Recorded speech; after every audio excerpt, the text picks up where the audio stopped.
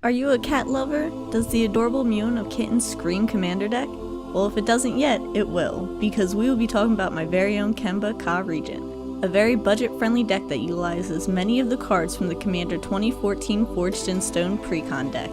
This deck has been modified to focus more on getting out tokens and has a tribal cat theme to it. There is also a small amount of Voltron to getting out cat tokens using Kemba's ability. What's better than one cat?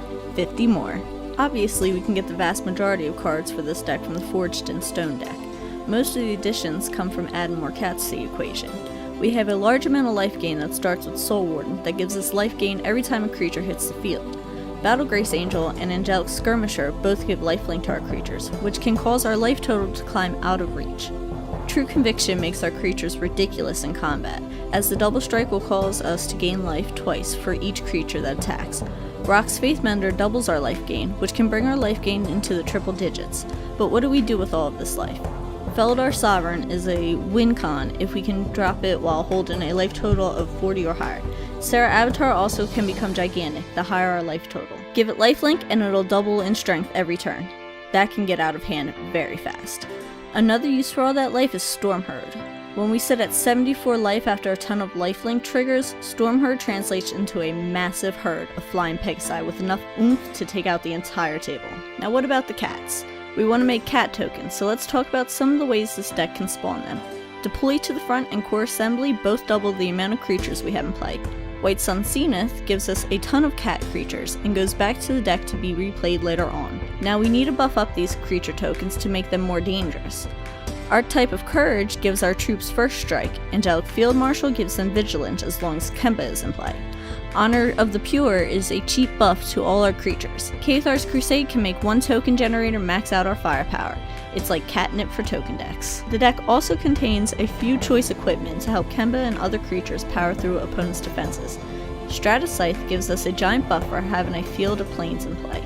Sword of Vengeance makes the equipped creature incredibly tough in battle. Argentum Armor gives us large buff and destroys a card every time the equipped creature swings.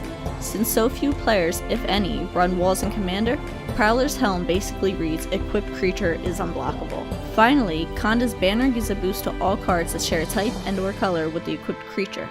Kemba will make her cat followers into 4/4 tokens instead, making for some very powerful creatures.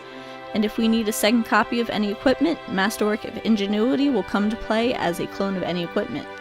And if we need to bring back any equipment, Nahiri the Lithomancer can return one for us. She also makes a Stoneforge blade that's just nuts. The mana base for this deck is pretty simple. Being mono white, we really only need to run a few non-basics, and most of these serve as utility lands. The usual Temple of the False Gods gives us double colorless if we have 5 or more lands. So it's Sol Ring as a land. Ghost Quarter removes a target land and lets that card's owner put a basic land from their library into play. Secluded Steppe offers cheap cycling, which is always welcome when we need to get a little card draw into play. Opal Palace buffs Kemba the more times she comes back into play, which given how frequently she might be hated off the table, can result in one big kitty. Nykthos Shrine to Nyx can give us buttloads of mana to help ramp into our X cost spells. Finally, a Mary of the Sky Ruin will let us get back any creature if we control enough planes. One of the best things about our build of Kemba is that it is very budget friendly. The deck's main shell, which contains most of the pieces, can be bought for less than the MSRP nowadays since it's an older Commander deck from 2014. The rest of the cards can be had for under $30, give or take. Commander decks are great in that even a pre-con deck out of the box can take on some decks built from scratch.